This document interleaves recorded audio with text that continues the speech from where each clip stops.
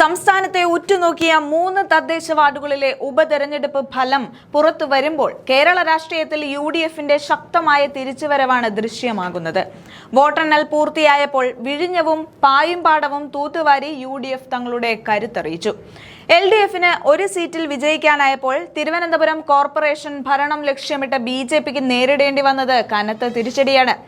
ഏറ്റവും വലിയ പോരാട്ടം നടന്ന തിരുവനന്തപുരം കോർപ്പറേഷനിലെ വിഴിഞ്ഞം വാർഡിൽ സിറ്റിംഗ് സീറ്റ് ഇടതുപക്ഷത്തിന് നഷ്ടമായിരിക്കുകയാണ്.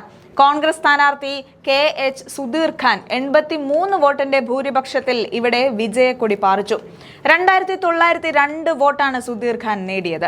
തൊട്ടുപിന്നിലെത്തിയ CPM സ്ഥാനാർത്ഥി നൌഷാദിന് 2819 വോട്ട് ലഭിച്ചപ്പോൾ കേവല ഭൂരിപക്ഷം സ്വപ്നം കണ്ട് മത്സരത്തിനിറങ്ങിയ BJPയുടെ സർവശക്തിപുരം ബിനുവിന് 2437 വോട്ട് കൊണ്ട് തൃപ്തിപ്പെടേണ്ടി വന്നു. ഈ വിജയത്തോടെ തലസ്ഥാന നഗരസഭയിൽ UDF കൗൺസിലർമാരുടെ എണ്ണം 20ലേക്ക് ഉയർന്നു. മലപ്പുറം ജില്ലയിലെ മൂത്തേടം പഞ്ചായത്തിലെ പായിംപാടം വാർഡിലും UDF തങ്ങളുടെ ആധിപത്യം ഊട്ടിയുറപ്പിച്ചു. മുസ്ലിം ലീഗ് സ്ഥാനാർത്ഥി കൊരമ്പയിൽ സുബൈദ 222 വോട്ടിന്റെ കൂറ്റൻ ഭൂരിപക്ഷത്തിലാണ് ഇവിടെ വിജയിച്ചത്.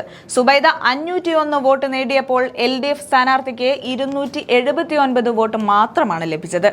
ഇവിടെ BJPയുടെ അവസ്ഥ ദയനീയമായിരുന്നു. വെറും 14 വോട്ടുകളാണ് BJPക്ക് ആകെ നേടാനായത്. അതേസമയം എറണാകുളം ജില്ലയിലെ പാമ്പാക്കുട പഞ്ചായത്തിലെ ഓണക്കൂർ വാർഡിൽ CPMന്റെ CB രാജീവ് വിജയിച്ചു. 221 വോട്ടിന്റെ ഭൂരിപക്ഷത്തിലാണ് ഇവിടെ LDF സീറ്റ് നിലനിർത്തിയത്. കോൺഗ്രസിന്റെ ജോസിന് 337 വോട്ട് ലഭിച്ചപ്പോൾ BJPക്ക് ഇവിടെ 34 വോട്ട് കൊണ്ട് മടങ്ങേണ്ടി വന്നു.